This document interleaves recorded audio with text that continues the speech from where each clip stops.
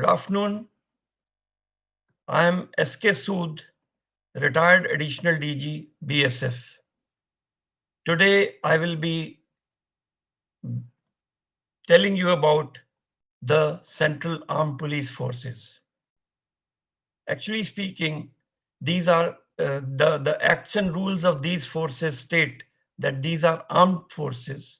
However, of late, the terminology Central Armed Police Forces is being it is being in fact used by the MHA.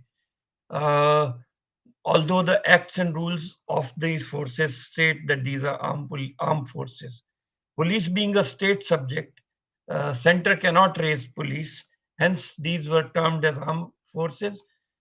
But somehow somebody intervened to say that since these forces wear khaki and they assist police forces of the states, hence they should be called Central Armed Police Forces. There are 5 Central Armed Police Forces of the country which guards borders with Bangladesh and Pakistan, CRPF, which is the Internal Security Force, ITBP, which guards the borders with China along the Tibetan borders, and SSB, Sashastra Seema Bal, which guards the borders along Nepal and Bhutan. Besides this, there is another armed force, that is Assam Rifles, but this is controlled by the Ministry of Defense, and it is guarding the Indo-Myanmar borders in Mizoram and Arunachal. Besides this, there is another armed force of the Union by the name Central Industrial Security Force, which is responsible to secure our industrial installations and official installations. The charter of CSF has recently been uh, enhanced to include guarding of private properties and private citizens also. Starting with BSF, it was raised in 1965 on 1st December 1965. So yesterday we had our 58th raising day. That is the BSF completed 57 years of its service to the nation in these since 1965. This was raised after the Kutch incursion in April 65, after the all-out war with Pakistan in 1965 August, wherein it was found that the state armed police forces, which were till then guarding the borders with Pakistan, were not well equipped to face even the minor eventuality, even the minor skirmishes.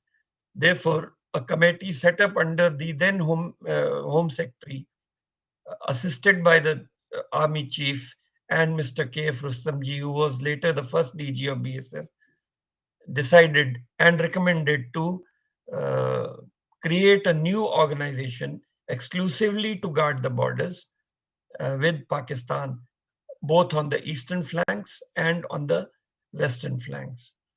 So this is how the BSF came into being in 1965. The organizational structure of the Border Security Force, it was recommended then, and it is also even now prevailing, is on the setup of an infantry battalion. Therefore, the BSF battalion consists of all infantry battalions uh, because of its role during the eventuality of war. It has to work in close coordination with the army. In fact, the BSF forces deployed on the borders will come under operational control of Indian Army during the eventuality of war. Uh, Along Bangladesh borders also, after 1971, when the Bangladesh was created, BSF continues to guard the Bangladesh borders. The BSF also is deployed on the line of control in Kashmir, where it operates under the Army Operational Command. The BSF now has a strength of about 2,65,000, 193 odd battalions, which are controlled by the sector headquarters, which are commanded by deputy inspector generals, and above them are the inspector generals, which are the frontier commanders. So we have 13 frontiers as of now, besides two frontiers in the ANO areas. Uh, Above the frontiers are commands, which are one for the east, one for the west, and one for the ANO sector, anti-Naxalite operation sector in the central India. And of course, we have the Director General Border Security Force with headquarters at New Delhi.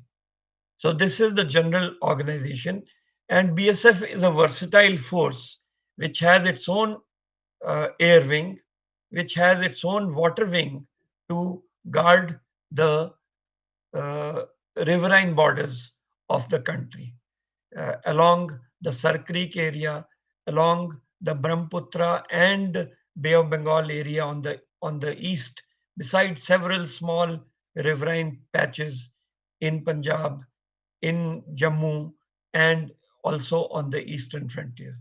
So this is what BSF does. As I said, BSF has a wartime role.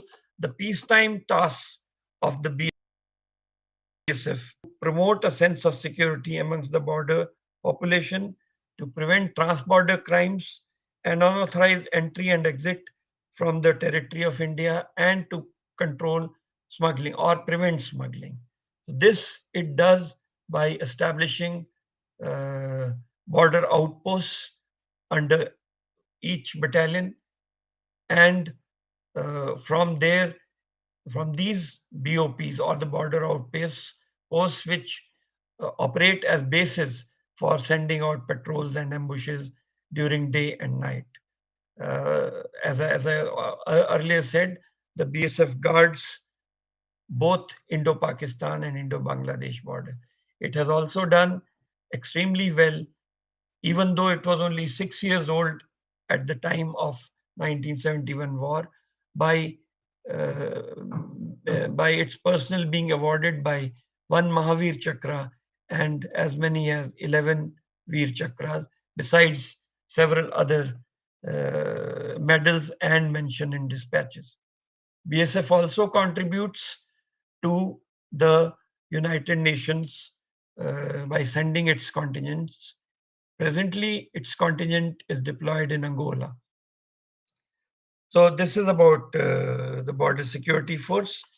And the second organization that is that we'll talk about is the Central Armed Police Force.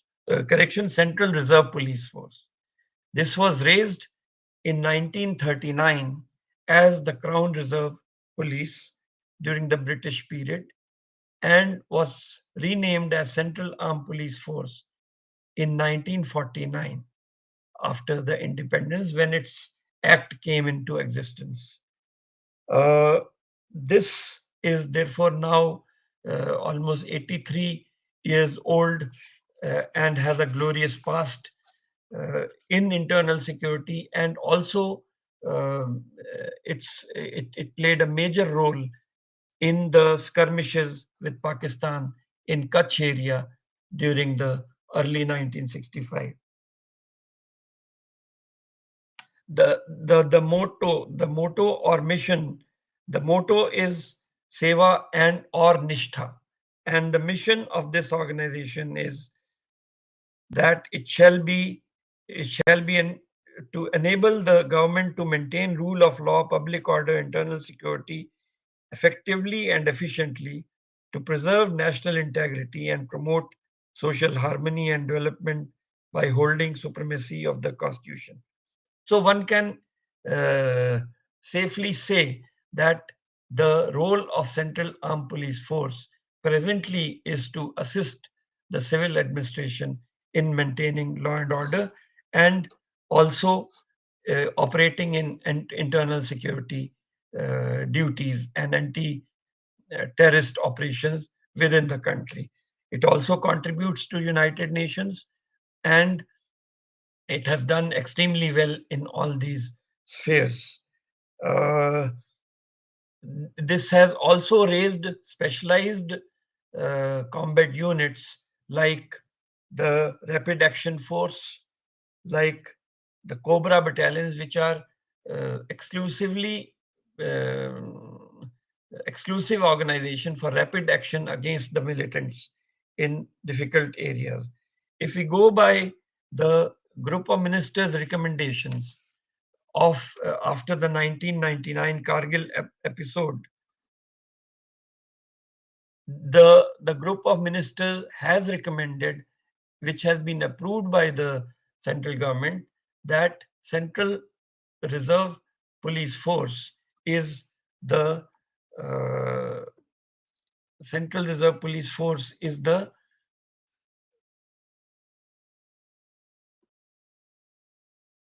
just a minute, I'll change the slides.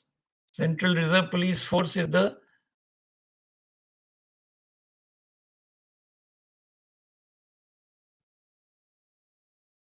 please change the slides. I'm unable to do it.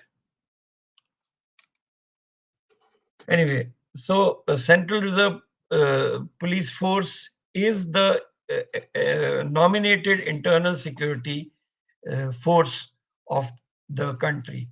The same group of minister report goes on to designate uh, the border guarding forces like BSF, ITBP, etc., as the exclusive border guarding forces of India, and they are supposed to carry out those tasks only. The third organization that we'll talk about is the uh, Indo-Tibetan Border Police. This was raised in 1962 as the as ITBP, but prior to that, it had there was an organization which was supposed to give protection to the trading points along the Indo-China borders. The same organization was converted into ITBP after the 1962 war. Uh, this initially only 4 battalions, as was BSF, which had only beginning with only 25 battalions. This force had only 4 battalions, later on expanded during the mid 80s when militancy was prevalent in Punjab and Kashmir. Several battalions to guard the nationalized banks were also raised, which have now been converted again into operational battalions. So, this is the force which guards Indo-Tibetan borders. And in 1992, after raising in 1962, the ITBP Act was passed by Parliament in 1992, almost 30 years after its raising. The aim of the or the mission of ITBP, as listed in the Act, is to ensure the security of borders of India and for matters connected therewith, which is the same as that of the border security force. So they have the similar role. Uh, and the interpretation of matters connected with is that these forces, besides guarding the borders, can also be utilized for other duties, including the internal security duties, including election duties, and also for foreign assignments with United Nations and any other organization. The motto of this organization is Shaurya, Dridhta, or Karmanishtha. Translated into English, it is valor, determination, and devotion to duty. The ITBP has almost 60 battalions now, with 4 specialized battalions, which look after exclusively after the supply and water transport, and they have 17 training establishments, small training establishments, because they are deployed on very high altitude areas. So they require special training to go there and acclimatize themselves, and therefore these uh, uh, as many as 17 training establishments have been raised in the ITBP. Uh, it has the responsibility to guard 3,488 kilometers of Indo-Tibetan borders, and it operates in very difficult terrain. This organization, although deployed alongside Indian Army on these areas, is not under Army operational control. Uh, there is a lot of discussion going on these days in strategic circles whether the ITBP should be brought under the Army operational control or otherwise. But the point is that several agreements that have been signed with China provide that the borders will be patrolled without weapons. So, so that is the hitch in bringing it under Army Ops control. And as I said, like other organization, this organization has also won several uh, awards and medals by the individuals of this organization, including a 7 Padam Shri of this. The tasks of this organization are ensuring vigil on the northern borders, detection and prevention of border violations. It must be understood that 3,488 kilometers of Indo-China border with only managing with only 60 battalions means very thin deployment. And therefore, these have to be, the BOPs that they establish have to be at vantage points where they can sort of keep the entire area under observation. Uh, BSF also, ITBP also has a disaster management role for which special battalions have been raised, like they have been raised in the Border Security Force and CRPF. So a separate organization by the name of National Disaster Response Force is being culled out after taking out battalions from all these CPOs. So all the CPOs have provided manpower, which will ultimately come under control of NDRF. As I said, it is not under Army Ops control as of now during peace times, but during wartime, this organization will also come under Army Ops control. Uh, their equipment is similar to force. So each unit is authorized with infantry weapons, including medium machine guns and 81 millimeters mortars. In BSF, there is a separate artillery wing which has 121 artillery guns. And as I had earlier said, the BSF also has an air wing and a water wing. The ITBP doesn't have that. ITBP only has infantry weapons, including MMGs and mortars, in their organization. Uh, the Unlike BSF, they have specialized supply battalions and motor transport battalions. In BSF, these are integrated within these organizations. Uh, they are also similarly divided into frontiers and sectors and units as in BSF. Central Industrial Security Force, as I said, is another armed police force which guards the infrastructure, industrial infrastructure, important places, and important office complexes. Recently, it has been the role, as I said, had earlier said, has been enhanced to include uh, guarding of private persons, The first private installation to be guarded, to be assigned to CSF for being guarded was the Infosys establishments and certain oil fields in Gujarat.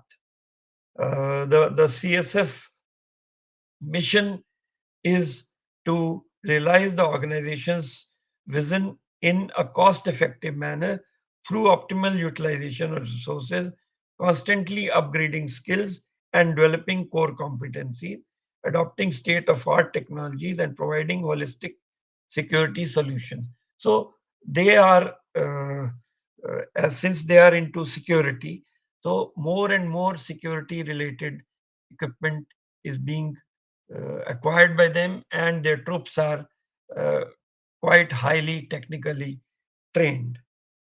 Uh, this was established in 1969. Initially, as they used to call it Karkhana Force, it wasn't an armed force, but later on its role was expanded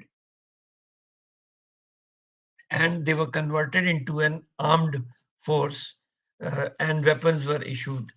After the 99 hijacking, the role of guarding the airports was also assigned to them to ensure that there is uh, no untoward incident takes place with the aircraft taking off from Indian territory. The 99 hijacking had taken place from Nepalese airport. So that is why the role was expanded. Now, certain uh, activities considered non-essential have been taken away from CASF on many airports, and these have been assigned to private organization. This probably is a cost-cutting measure by the government and to diversify the role of the CSF. The CSF also has a firefighting wing and disaster response management wing. In fact, CSF has a elaborate firefighting wing, and one of its important role while guarding the establishments will be to control any fire incident happening on those establishments. Uh, the CSF claims to be the only organization which is cost free, which doesn't cost the government anything because their salaries are debited to the organization they are guarding. So this is how it becomes totally cost free to the government. Now, the other organization that I had spoken about was SSB, which was raised subsequent to the 1999 Kargil episode. The group of ministers had had also said one border, one force. So they said BSF remains for Bangladesh and Pakistan, ITBP remains for Indo-Tibetan borders, and Assam Rifles was assigned Myanmar. Still then, Assam Rifles was a internal security force, but now it has a dual role. And they raised SSB, which was earlier also called SSB, Special Service Bureau. They converted it into an armed force, and it became Sashastra Seema Bal. The task assigned was to guard the Indo-Nepal and Indo-Bhutan borders, which are open borders, which have totally different challenges from the highly militarized borders of along Pakistan and Bangladesh, and also along ITBP. So they have a totally different of orientation. The total strength of these organizations is almost 1 million. So, which is only slightly less than the total strength of armed forces, or rather the defense forces, Army, Air Force, and Navy. Uh, Coming back to the career prospects in these organizations, the entry level at the officers level is assistant commandant. There are three entry levels: constables, the sub inspectors direct entry, and also, of course, through promotion, and assistant commandant. 50% of these assistant commandants are taken from open market, and the remaining 50% are taken uh, on promotion and local departmental examination, for which the serving sub inspectors are eligible after 4 years of service and a good service record. So this is how the entry is done, for which the CAPF examination uh, uh, for 23 has already been announced, and I'm sure you must be preparing well for it. Uh, Now, the career prospects in these organizations, the rank structure is assistant commandant, deputy commandant, which is called commandant selection grade in CSF, and full commandant, and thereafter DIG, IG, and additional DG. So far, the posts up to additional DG are available for organizations, namely BSF, CRPF, and ITBP. In SSB and CSF, so far, the additional DG appointment has not been opened for the cadre officers. These people come on deputation from IPS. Up to commandant level, all posts are occupied by the officers of the cadre. Above the commandant level, at the level of DIG, about 80% forces, 80%, about 80% posts of DIG are uh, manned by the officers of respective cadres, while 20% are from IPS and retired and re-employed brigadiers from the Indian Army. uh, at the level of IG, the cadre officers, 50% for the IPS officers. And at the level of additional DG, so far it is 25% for the IPS officers. As regards pay and allowances are concerned, these are similar to the to other civil services. The assistant commandant being the entry level for the class 1 gazetted officers. So their pay scales are quite good. After 2004, the pension scheme, the new pension scheme has been implemented, wherein the contribution of the employee is matched by the contribution of central government to the extent of 8%. So while you might contribute any amount, the central government will contribute about 8%, and which is the corpus for pension at later stages. The system of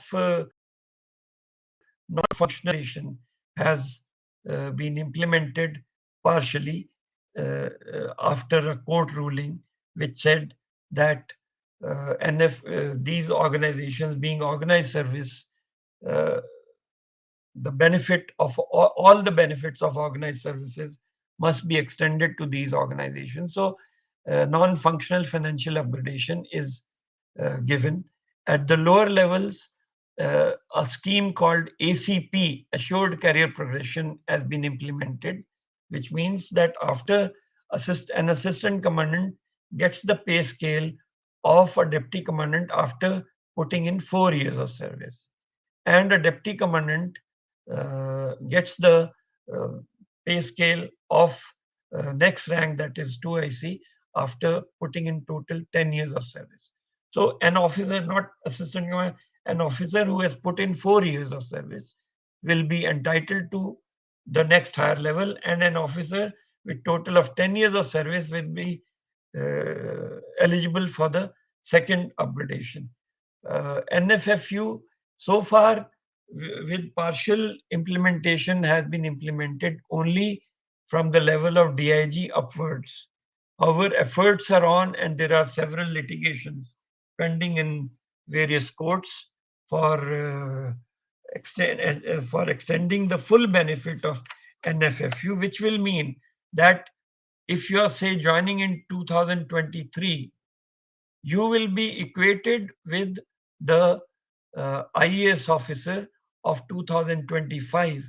And as soon as he becomes joint secretary, you will also be given the pay scale of joint secretary. So a joint secretary in IAS becomes, he becomes a joint secretary after 18 years of service. You will get that pay scale after 20 years of service. So and then every officer joining these organizations will retire uh, in case he completes 30 years of service, will retire in the pay scale of additional DG, that is additional secretary. So this is what is the career progression. Uh, and I'm sure you are aware of the uh, testing procedure. I need not elaborate on that. There are several benefits. Uh, uh, um, Handsome ration money allowance is given to the officers, to all ranks, in fact, up to the level of commandant in these organizations. HRA is given according to the place of posting, and in organizations where the personnel have to perforce leave their families behind at their past place of posting or uh, at their hometown, even they are entitled to HRA of the place where they are presently posted. Then there are hard area allowances, special duty allowances for the Northeast. Medical facilities are available. This is CGHS is now being converted slowly to Ayush. So this is the new addition, and insurances are applicable. Leave travel facilities are given.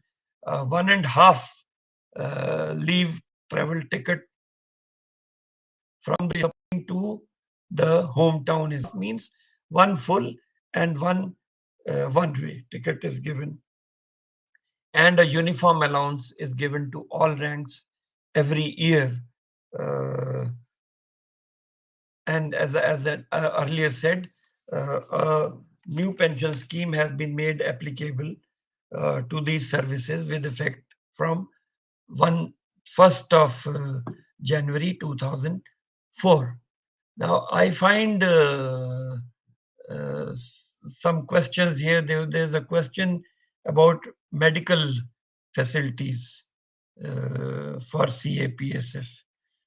Now, medical, as far as we have a separate medical wing, each of these organizations who, up to the level of commandant, keeps serving in their own organization. Beyond the level of commandant, that is at DIG and above, there is a central cadre, and uh, it then becomes a pool, and therefore those hospitals can be used by any member of the organization, member of any organization. Those central medical hospitals can be used. We are also establishing the CPMF, also establishing a referral hospital in Noida, which will and also a medical college somewhere close to the Chhatarpur area in Delhi, which will be another big facility. Accommodation, as I said, you are entitled to HRA if you don't get accommodation, but for officers, generally 100% accommodation is made available in the respective battalion areas. There are exceptions because a lot of uh, expansion of these forces has taken place in recent times, and therefore there's a lot of pressure Uh, the as far as the question of difference in the medical of CAPF and BSF and NDA, I think generally the medical standards are similar. Uh, uh, the color vision, the uh, vision 6:9, and other medical standards are almost the same. Rather, they are the same in all other organizations. Uh, Somebody tells me that CSF में ADG cadre officer है. I'm not too sure. If it is there available there, then it must have been a very recent development. This is Sudhanshu Dubey who says that uh, is Mr. Jagbir Singh is a cadre officer. So it must have happened. Uh, I'm not up to date on that. But BSF, CRPF, and ITBP have their own cadre officers as additional DGs. SSB doesn't have it so far. I would be happy to take questions. You can please put them on in the chat box.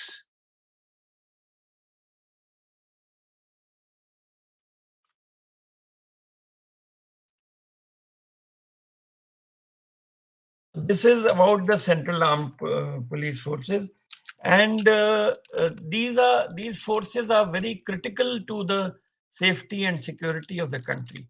These are very versatile forces, trained in all aspects of uh, securing the borders as well as assisting the uh, civil administration in performing the role of controlling law and order.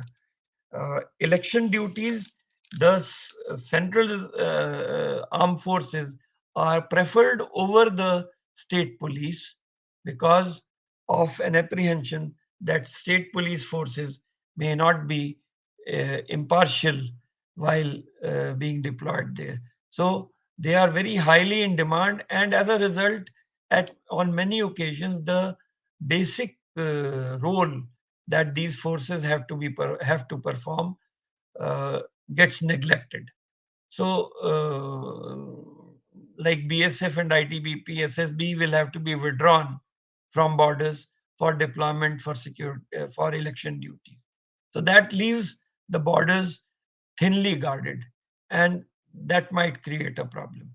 So, strategic thinkers are considering this problem, how to resolve that, how to ensure free and fair elections, while at the same time ensuring that the border security does not get compromised. Similar is the case with CRPF. They are also required to be withdrawn from their primary tasks for carrying out these additional duties of election and other things. So this is one problem that we are facing. I only want to say that the service in uniform of and in these organizations grants you with lot of prestige and respect in the local society. In on the borders as well as in remote areas where CRPF etc. are deployed, the locals look up to you to help them in their times of need. And if you help them out, there's a lot of respect, and therefore there's a goodwill, and that goodwill helps in creating a better environment for rule of law and better integration of those population into the mainstream. Though whosoever is alienated from the state, they get better assimilation. They get better assimilated in the mainstream. So this is what I wish to say. Those of you who are willing to join, work hard. This is one area where the employment in the central government is still open. In all other areas, in all other administrative areas, the employment is reducing, the job opportunities are reducing. But security remains an important matter, and you will keep having opportunities for getting a proper job, which gives you prestige within and outside your organization. In a unit, I have worked in BSF for 38 years. In a unit, it is home away from home. You have families, your all users are looked after by the senior ones and uh, their ladies, and it is a home away from home. You will not miss your home. A question that I'm finding is that is there any uh, scope to join special forces after becoming assistant commandant in BSF? Yes, you can firstly go out on deputation to organizations like SPG, NSG, NDRF. These are forces which are totally deputation forces.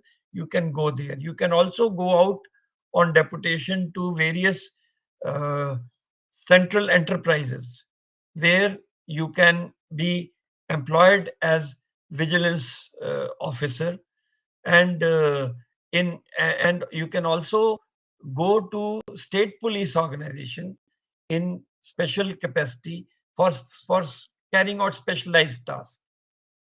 There are deputations to intelligence bureau, CBI, and NIA is depending heavily on contribution by of officers by the CPMF, NIA, uh, Narcotics Control Bureau.